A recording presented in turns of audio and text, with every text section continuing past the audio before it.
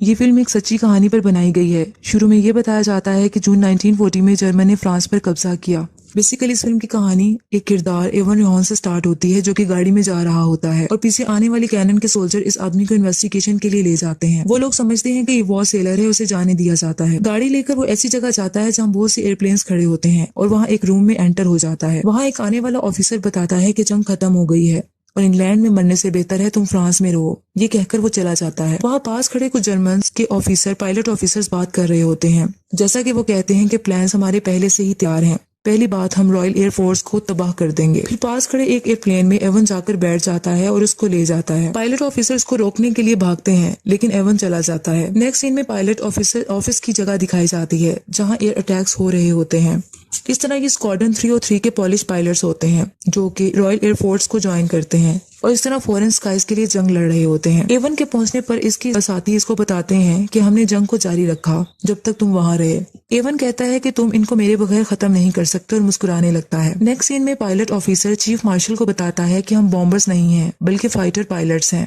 हमने बहुत से जर्मन को पोलैंड में शॉट डाउन किया है और ये स्किल आपकी रॉयल एयरफोर्स का तजर्बा है। इस पर मार्शल इसको थोड़ी इंस्ट्रक्शन करता है, जिस पर वो ये सर कहकर चला जाता है। इसी तरह नेक्स्ट सीन में दिखाया जाता है कि एक राफ्ट टीम का पायलट एयरक्राफ्ट में बैठा होता है और एक लेडी की पिक को देख रहा होता है और फिर फ्लाइट लेता है। अपने फ्लाइट के साथ वो मुसलसल इंस्ट्रक्शनल पॉइंट ऑफ व्यू से कांटेक्ट में रहता है। एयरक्राफ्ट से मुसलसल फायरिंग की जाती है और वो अपने ऑपोजिट एयरक्राफ्ट को बहादुरी से गिरा देता है। अब एक ऑफिस दिखाया जाता है जहाँ दो ऑफिसर्स बैठे होते हैं, जिनमें से एक का नाम मिलो होता है। जब वो बाहर आते हैं तो वो देखते हैं कि इवन अपनी राफ्ट टीम को लेकर वहां पहुंच चुका होता है। थोड़ी देर में ट्रेनर वहां जाकर उनको पे अटेंशन कहता है और बहादुर पॉलिश पायलट्स भी कहता है और कहता है कि तुम्हें राफ्ट में वेलकम कहा जाता है। अब ये मेरी ड्यूटी है कि मैं तुम सबको टीच करूं। उसके बाद पॉलिश पायलट्स को लैंग्वेज पढ़ाई जाती है, जो कि इनको लैंग्वेज बैरियर्स होते हैं, और इसके बाद इनकी कुछ चेकअप भी किए जाते हैं, जो कि आई साइट टेस्ट किए जाते हैं। थोड़ी देर में इन सबको एयरक्राफ्ट की तरफ ले जाते हैं और एवन बताता है कि एयरक्राफ्ट को जमीन से उतारने से पहले इसके व्हील्स को खोल देना। फिर एवन मार्शल बताता है कि एक चीज जो हम जानते हैं वो ये है कि उड़ना कैसे है। मिलो गिब्सन जो कि कमांडिंग ऑफिसर होता है वो मुसलसल इनसे बात कर रहा होता है। फिर पॉलिश पायलट्स उसको कहते हैं कि ये वो लोग हैं, यानी जर्मन वो लोग हैं जो हमारे लोगों को मार रहे हैं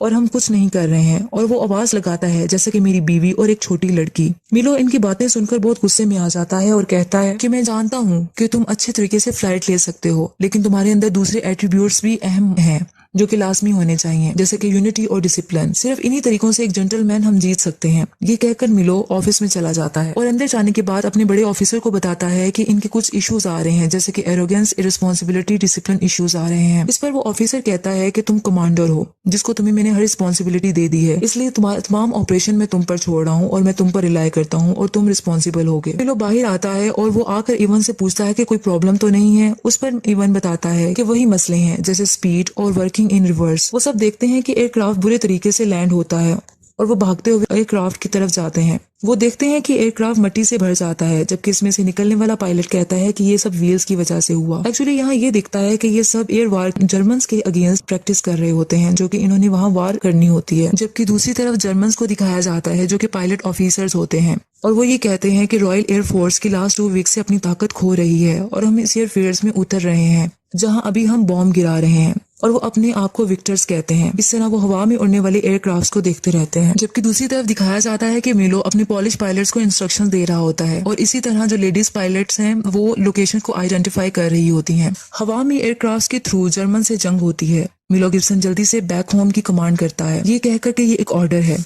जर्मन के कुछ जहाजों को गिरा दिया जाता है। अब पॉलिश फाइटर्स लैंड करते हैं और देखते हैं कुछ पायलट्स की डेथ हो गई है, जो कि जर्मन्स होते हैं। इवन जब लैंड करता है तो वो एक कपड़ा लेकर उन जर्मन्स की डेड बॉडीज पर डाल देता है, ये कहकर कि ये हम भी हो सकते थे। लेकिन दूसरा पायलट कहता है कि ये भी तुम्हारे साथ ऐसा ही करेंगे जैसा तुम इनके साथ अच्छा कर रहे हो। इस पर वो आइवन को कहता है कि तुम हाफ स्विस हो, जिसकी वजह से तुम्हारे अंदर जर्मन्स के लिए हमदर्दी है। और इस तरह वो ये कहता है कि हम यहाँ जर्मन्स को मारने आए हैं, ना कि इनके लिए दुआ करने। ये कहकर वो चला जाता है। अब मिलो एक दोबारा मीटिंग अरेंज करता है और सबको बताता है कि हम अपनी दुश्मन को शूट करने जा रहे हैं और तुम सबको स्ट्रिक्टली सब चीजों को फॉलो करना है। इस पर बड़ा ऑफिसर एक मैसेज पढ़कर सुनाता है और वो कहता है कंग्रेचुलेशंस 303 स्क्वाड्रंस, फिर उनको कहता है कि तुम्हें कल से मुकम्मल तौर पर ऑपरेशन के लिए तैयार रहना है। इवन कहता है कि हम कल से ऑपरेशन पर होंगे। इस पर सब खुशी से एक दूसरे को गले मिलते हैं। अब ट्रेनिंग के लिए सब चले जाते हैं और तमाम अपना यूनिफॉर्म भी पहन लेते हैं। नेक्स्ट डे ऑपरेशन स्टार्ट हो जाता है और लेडी पायलट्स अपनी ऑफिसर अपनी ड्यूटी संभाल रही होती हैं। फाइटर पायलट्स की एयरफील्ड पर दूसरी फोर्स की तरफ से बम्बार्डमेंट स्टार्ट हो जाती है, लेकिन सब कामयाबी से फाइट करते हैं और दोबारा एयर अटैक शुरू हो जाते हैं। फिर दिखाया जाता है रॉयल एयरफोर्स टीम आपस में कांटेक्ट में रहती है। इस लड़ाई में रॉयल एयरफोर्स का पायलट एक उड़ते हुए एयरक्राफ्ट को जो कि जर्मन का होता है उसको मार गिराता है, जबकि दूसरी तरफ मिलो को इवन कहता है कि तुम जानते हो कि मैं बेस्ट हूँ। अभी वो ये बता रहा होता है कि इवन का दोस्त आ जाता है, जिसे लेकर वो रॉयल एयरफोर्स टीम की तरफ ले जाता है और कहता है कि देखो कौन आया है। सब उसे खुशी से गले मिलते हैं और इस तरह इवन बाहर आता है तो इसे एयरक्राफ्ट के मुतालिक एक आदमी के थ्रू बताया जाता है। वो आदमी से बताता है कि एरोप्लेन में गन कैमरास को इंस्टॉल कर दिया गया है और ये आपका ही आइडिया था। ये वाली गन्स 150 यार्ड से रिहार्मोनाइज्ड कर दी गई हैं, तकरीबन 137 मीटर्स पर। लेकिन इसका ये मतलब है कि आपको रियर क्लोज रहना पड़ेगा एक फासले पर और फिर इसको हिट करना होगा। ये इतना ही सही होगा जितना कि एक कैनन होती है बरतानिया के लड़कों के मुताबिक। रॉयल एयरफोर्स टीम की अगली सुबह ग्रुप फोटो ली जाती है कि अचानक से सायरन बजने लग जाता है और अनाउंसमेंट होती है कि टीम अपनी एयरक्राफ्ट की तरफ जल्दी से भागे। ऑपरेशन शुरू होने का वक्त आ गया है और सब फ्लाइट लेते हैं और एयरक्राफ्ट के थ्रू फायरिंग शुरू हो जाती है, जबकि लेडी पायलट्स दोबारा अपनी पोजीशन एरियाज को लोकेशन को आइडेंटिफाई करने के लिए बैठ जाती हैं। कुछ जहाजों को तबाह कर दिया जाता है। फिर एक साइन जाहिर होता है रिफ्यूलिंग और लैंडेड। जहाजों को रिफ्यूल किया जाता है और फिर से फ्लाइट होती है। रॉयल एयरफोर्स टीम के एक टीम मेंबर के एयरक्राफ्ट से बम्बार्डमेंट और फायरिंग होना बंद हो जाती है। इस पर ऑपोजिशन जर्मन की टीम से फायरिंग होती है और वो जख्मी हो जाता है और इसका खून बहने लगता है। इसका एरोप्लेन भी क्रैश हो जाता है और वो पानी में जा गिरता है, जहाँ इसको एक छोटी सी विक्टिम बच्ची इमेजिन होती है जो कि हंस रही होती है। आखिरकार वो पानी में डूब जाता है। रॉयल एयरफोर्स टीम अब खामोश उदास होती है क्योंकि इनका साथी मर चुका होता है। मिलो एक किताब रूडिमेंट्री पॉलिश पढ़ रहा होता है। अब दोबारा से एयर वॉर को दिखाया जाता है। एयरफोर्स टीम हवा में एक सुकून से फ्लाइट में होते हैं कि अचानक एक प्लेन पर अटैक हो जाता है और सब बहुत अलर्ट हो जाते हैं। A1 के एयरक्राफ्ट पर आग लग जाती है, लेकिन वो सक्सेसफुली एयर बैलून की हेल्प से नीचे उतर आता है, जबकि दूसरा टीम मेंबर उसके जिस्म पर आग लग जाती है और वो जख्मी हो जाता है। नेक्स्ट सीन में पायलट पॉलिश फाइटर्स की पार्टी दिखाई जाती है, जहां चीफ मार्शल सबसे एड्रेस करता है और कहता है कि मैं इस इवनिंग के होस्टेस से आपको इंट्रोड्यूस करवाना चाहता हूँ। वो एक लेडी को बुलाता है जो कि आकर सबसे बात करती है और वो ये कहती है कि इवनिंग पायलट्स ब्रेव सोल्जर्स के लिए है, जो कि पायलट ऑफिसर्स के लिए है, जिन्होंने इंग्लैंड के स्काइज में हमारे लिए लड़ाई लड़ी। उसके बाद एवन गुस्से में आ जाता है और बोलता है कि तुम हमारे ही शहरों में बॉम्ब गिरा रहे हो और शूट कर रहे हो और हमारा ही शिकार कर रहे हो।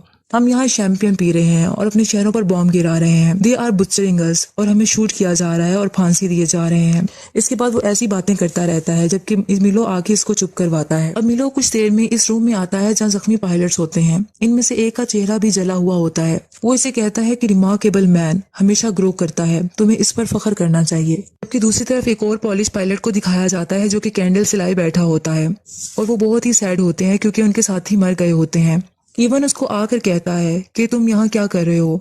तो फिर वो मैंने एयरक्राफ्ट में उन्हीं लोगों को देखना शुरू कर दिया था, वो तुम्हारी और मेरी तरह लोग थे। इस पर इवन कहता है कि इन प्लेन्स में लोग नहीं थे, लेकिन सिर्फ जर्मन्स थे, वो जर्मन्स जिन्होंने हमारे साथ बुरा किया था। मेरी बात सुनो, तुम्हें इन चीजों से गुजरना है। तुम अभी भी जिंदा हो, तुम सांस ले रहे हो एक जंग में, ये सबसे अहम चीज है। वो एक्चुअली इवन उसकी हौसला अफजाई उसको इनकरेज करता है। अब मिलो सब पायलट के साथ मीटिंग करता है और सब फ्लाइट ऑपरेशन पर चले जाते हैं। दूसरी एयर वॉर दोबारा शुरू हो जाती है और बहुत से जहाजों को तबाह कर दिया जाता है।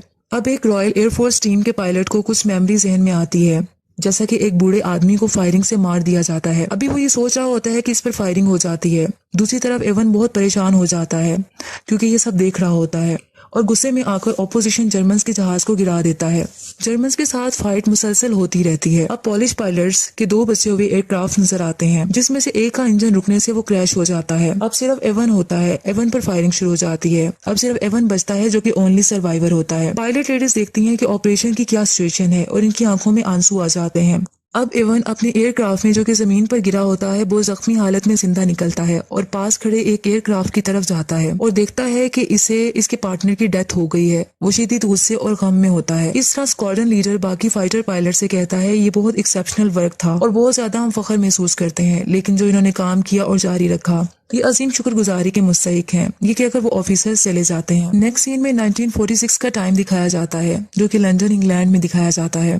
इवन जहाज उड़ते हुए जहाजों को देख रहा होता है और ये भी दिखाया जाता है कि वो शायद 3 दिन में मुल्क छोड़कर शायद अमेरिका चला जाएगा। आखिर में ये बताया जाता है कि स्क्वाड्रन 303 बर्तानिया में सबसे ज्यादा स्कोर्स करने वाले फाइटर थे और 145 पॉलिश पायलट्स जिन्होंने बर्तानिया की जंग में हिस्सा लिया, इन्होंने 203 त्यारों को गिरा दिया और रॉयल एयरफोर्स को स्ट्रेंथ को कॉन्स्टिट्यूट किया।